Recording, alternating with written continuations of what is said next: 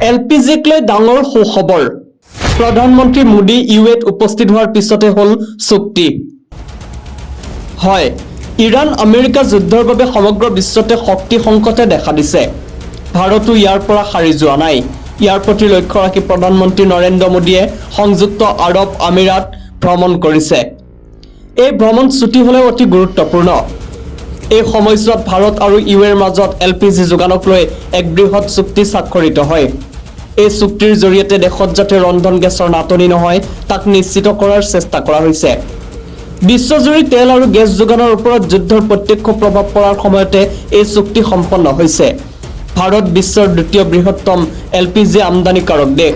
গতিকে এই চুক্তি দেশৰ শক্তি সুৰক্ষা প্ৰতিৰক্ষা আৰু আন্তঃগাঁথনি খণ্ডৰ বাবে অতি গুৰুত্বপূৰ্ণ বুলি বিবেচিত হৈছে ইয়াৰ উপৰিও ভাৰত আৰু ইউএৰ মাজত কৌশলগত প্ৰতিৰক্ষা অংশীদাৰিত্বৰ ওপৰত সন্মতি প্ৰকাশ পায় লগতে ষ্ট্ৰেটেজিক পেট্ৰলিয়াম ৰিজাৰ্ভক লৈ এক বুজাবুজি চুক্তি স্বাক্ষৰিত হয় লগতে গুজৰাটৰ ভাদিনাৰত এক শিপ ৰিপেয়াৰ ক্লাষ্টাৰ স্থাপনৰ ক্ষেত্ৰতো সহমত প্ৰকাশ কৰা হয় ইয়াৰ উপৰিও ভাৰতৰ আন্তঃগাঁথনি খণ্ড আৰবিএল বেংক আৰু সন্মান কেপিটেলত 5 বিলিয়ন মাৰ্কিন ডলাৰ বিনিয়োগৰ কথা ঘোষণা কৰা হয় প্ৰধানমন্ত্ৰী মোদী যেতিয়া ইউএত উপস্থিত হয় তেতিয়া তেওঁক এক বিশেষ শৈলীত আদৰণি জনোৱা হয় ইউএৰ F-16 ফাইটাৰ জেটে মোদীৰ বিমানখনক এস্কৰ্ট কৰে আৰু আবু ধাবিত গাৰ্ড অফ অনাৰ প্ৰদান কৰা হয় ইয়াৰ পিছতে মোদীয়ে ইউএৰ ৰাষ্ট্ৰপতি শেখ মোহাম্মদ বিন জায়েদ আল নাহিয়ানক সাক্ষাৎ কৰে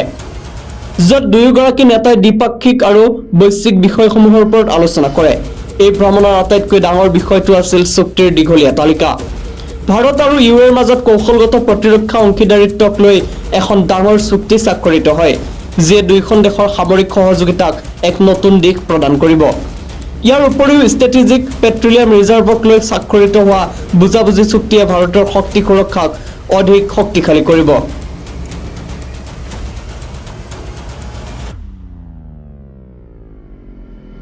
international desk report insight India